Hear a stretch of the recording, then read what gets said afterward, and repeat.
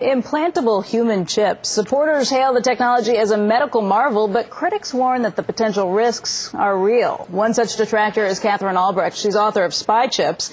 Yesterday on Squawk Box, she blasted the device maker Verichip, citing FDA comments.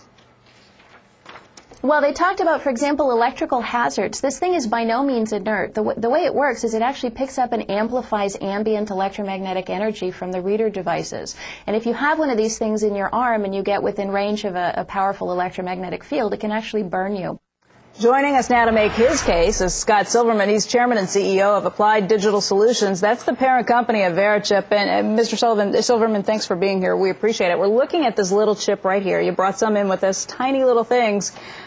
But what we heard yesterday was kind of scary. How do you react to that? Well, Becky, thanks for having us back on the air. We appreciate that very much. And obviously the comments that were made yesterday is the reason that I'm sitting here today. As you know, Verichip has been approved by the FDA as a Class 2 medical device in order to identify high-risk patients in an emergency situation. It's elective, it's voluntary, and it is certainly critical to the evolution of information technology in healthcare, which we all know is archaic, the way healthcare is done today in emergency rooms and physicians' offices. So we look to be a small part of that, and we wanted to correct inaccurate statements that were made yesterday, and more importantly, talk about the Verichip technology. What's inaccurate? And what was well, there were yesterday? two things that were discussed yesterday on the air. The first was passing through a smart pass on the highway and having a Verichip in your arm and being able to be read by the technology. This is not a location device. This is a passive device that cannot be read in that atmosphere, in the smart pass atmosphere. The second thing is MRI compatibility. When any new medical device is approved by the FDA, obviously they're going to list certain risk factors.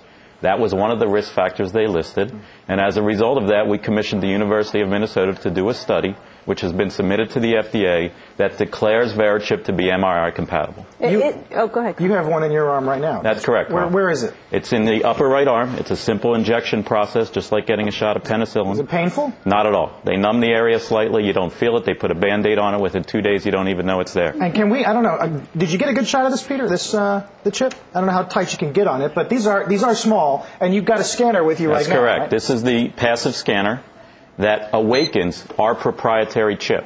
It is not an active RFID tag that they have in retail environments where the technology is used for the benefit of the retailer. This is used for the benefit of a patient, a high-risk patient, being brought into an emergency room. Okay, that's what you plan to use it for, but is there a way that it could ever be twisted or turned or somebody else could get aware? It's not the chip itself that turns it on, it's the reader. That's right. The chip itself, Becky, as you know, has a unique 16-digit identifier. Even if I have one of these readers, even if I'm a bad guy that has one of these readers, and I scan your arm, all I'm going to get is a 16-digit identification number.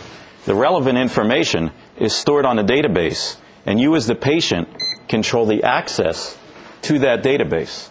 So all you see you getting here is a 16-digit identifier, and the database information is really where the medical records are stored, and you as the patient have control over that database. You allow what group of affiliates, such as emergency rooms, that you want to have access to that database. So control is at the root of privacy. We have a very large privacy policy. I dare to say that we're leaders in the RFID industry when it comes to that.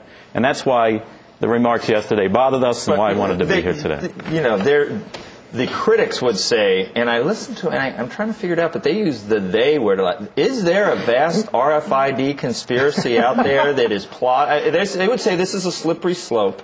This is the first thing. This is where you lull us into a false sense of security. We all get these things. And then the next thing you know, I don't know, it's making like Soylent Green. Like the Trilateral Commission, or the whole world gets taken over, like in Terminator 3 or something. Is anything? I mean, do we need to worry? There's no conspiracy, Joe. You sure? I'm sure. I'm looking at you. I saw your eyebrow. It twitches when you say that a little bit. And I'm looking back at you. Come off? Let me say this. Let me say this. As far as the RFID industry is concerned, I and a couple other CEOs in the industry a couple years ago started a pretty large cry for working with the privacy rights groups and making sure that all these things are addressed. And I think we've done a pretty good job over the last 2 years of doing that. However, we need to distinguish our technology from the active RFID technology that Ms. Albrecht and others are worried about with this being able to track people. Well, this is a passive device that does not track Tommy people. Thompson wants a system in every hospital now before he gets one in his arm. So if you were counting on him, I don't know if that's going to happen like this year. Well, actually, obviously, Secretary Thompson, it's an honor to have him on our board of directors. And as he stated all along, when the infrastructure is in place, he will get a chip. That could be 2050. Let me finish. We now have over 60 hospitals that have agreed to implement the system, so that time is nearing. Only 2 now, right? And I spoke with Secretary Thompson yesterday, and we believe it's in the very near future that he will get a chip and then appear on your show to talk All right. about it. Excellent. We'll bring him back when that All happens. Mr. Silverman, thanks for your time. Thank we you really very appreciate much. your Thank you coming for in. having me. Scott Silverman, again, is the chairman and CEO of Applied Digital Solutions.